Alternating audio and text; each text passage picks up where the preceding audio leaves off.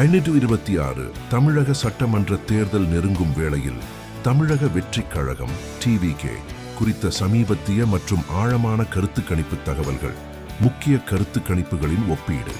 பல்வேறு ஊடகங்கள் மற்றும் ஆய்வு நிறுவனங்கள் வெளியிட்டுள்ள மாறுபட்ட கணிப்புகள். லோக்போல் சர்வே டிவிகே 23.9% வாக்கு சதவீதம், 8 முதல் 10 இடங்கள். திமுக ஆதிக்கம் செலுத்தும் என கணித்துள்ளது. போல் டிராக்கர் கணிப்பின்படி டிவிகே 10.9% வாக்கு சதவீதம், 6 முதல் 12 இடங்கள் பெறும். இங்கும் திமுகவே ஆதிக்கம். மேட்ரிட்ஸ் இந்தியா டிவி 10% வாக்கு சதவீதம், 5 முதல் 12 இடங்கள். அதிமுக கூட்டணி ஆதிக்கம் செலுத்தும் என கூறுகிறது. வோட் வைப் நியூஸ் 18 11% வாக்கு சதவீதம், 7 முதல் 8 இடங்கள். அதிமுக கூட்டணி ஆதிக்கம் செலுத்தும் என கணித்துள்ளது. பரவில் கே சர்வேஸ் 3.6% வாக்கு சதவீதம், திமுக ஆதிக்கம் செலுத்தும் என கணித்துள்ளது. நடிகர் விஜய் தனது முதல் தேர்தலில் பெரம்பூர் மற்றும் திருச்சி கிழக்கு ஆகிய 2 தொகுதிகளில் நேரடியாக போட்டியிடுகிறார். மண்டல வாரியான தாக்கம். சென்னை மண்டலத்தில் டிவிகே 4 முதல் 7 இடங்கள் வரை வெல்ல வாய்ப்புள்ளது.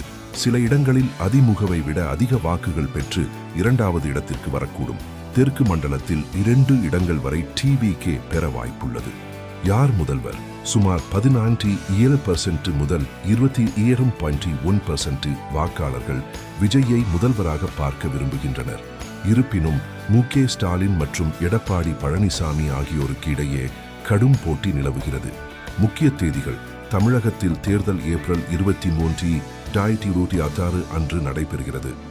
தேர்தல் முடிவுகள் மே 4, 2026 அன்று வெளியாகும்.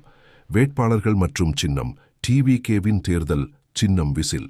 அக்கட்சி 234 தொகுதிகளிலும் தனித்து போட்டியிடுகிறது. யாருடைய வாக்குகளை விஜய் பிரிக்கப் போகிறார்? பல கணிப்புகள் டிவிகேவின் வருகை திமுகவின் வாக்குகளை 31.5% வரை பாதிக்கலாம் என கூறுகின்றன. இளைஞர்களின் ஆதரவு.